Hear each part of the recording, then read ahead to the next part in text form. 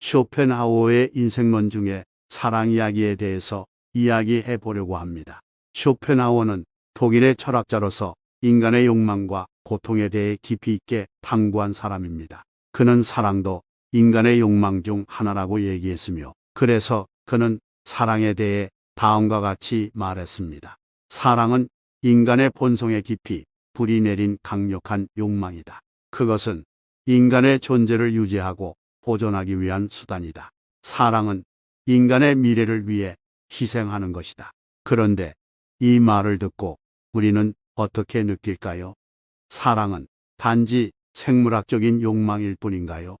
사랑은 우리에게 어떤 의미가 있을까요?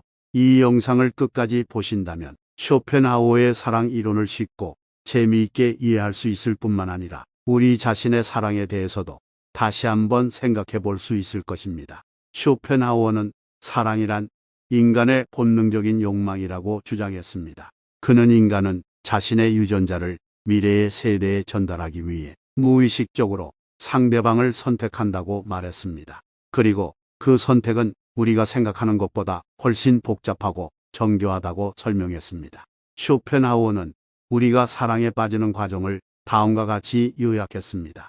우리는 자신과 비슷한 유형의 사람들과 친분을 맺습니다.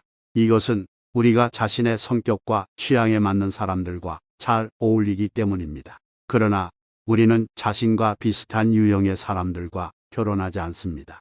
이것은 우리가 자신의 유전자를 보완하고 다양화하기 위해 다른 유형의 사람들을 찾기 때문입니다.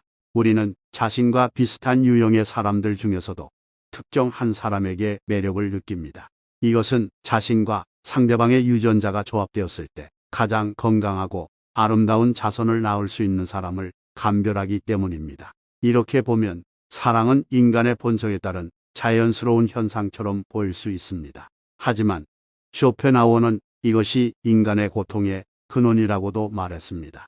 왜냐하면 우리는 사랑에 빠질 때 상대방을 그 자체로 인정하고 존중하는 것이 아니라 우리의 유전자를 전달할 수 있는 수단으로만 보기 때문입니다. 그래서 우리는 상대방의 결정과 단점을 간과하거나 변화시키려고 하며 상대방도 마찬가지로 우리를 대합니다.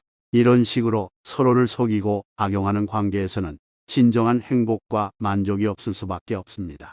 그렇다면 쇼펜하우어는 사랑에 대해 완전히 부정적인 태도를 가지고 있었을까요? 그렇지는 않습니다. 쇼펜하우어는 사랑이 인간의 욕망과 고통을 초래한다고 비판했지만 그와 동시에 사랑이 인간의 삶에 미치는 긍정적인 영향도 인정했습니다. 그는 사랑이 인간에게 다음과 같은 가치를 부여한다고 말했습니다.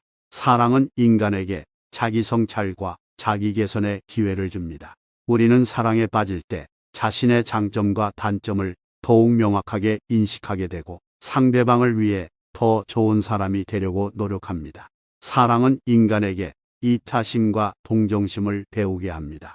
우리는 사랑에 빠질 때 상대방의 행복과 고통을 자신의 것처럼 생각하게 되고 상대방을 위해 희생하고 도와줄 준비가 됩니다.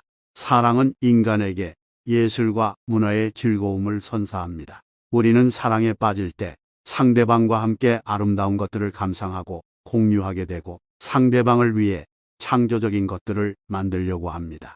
이렇게 보면 사랑은 인간의 삶을 더욱 풍요롭고 깊이 있게 만드는 중요한 요소처럼 보일 수 있습니다. 쇼펜하우어는 이러한 사랑의 이면에 숨겨진 욕망과 고통을 지적했지만 그렇다고 해서 사랑을 완전히 포기하라고 권하지는 않았습니다. 그는 오히려 우리가 사랑을 좀 더 현명하고 성숙하게 다룰 수 있도록 도와주고자 했습니다. 이상으로 쇼펜하우어의 인생론 중에 사랑 이야기에 대해서 이야기해 보았습니다. 쇼펜하우어의 사랑 이론은 지금까지도 여전히 유효하고 의미 있는 것 같습니다. 우리는 자신의 사랑과 관계를 되돌아보고 더 나은 방향으로 발전시킬 수 있기를 바랍니다.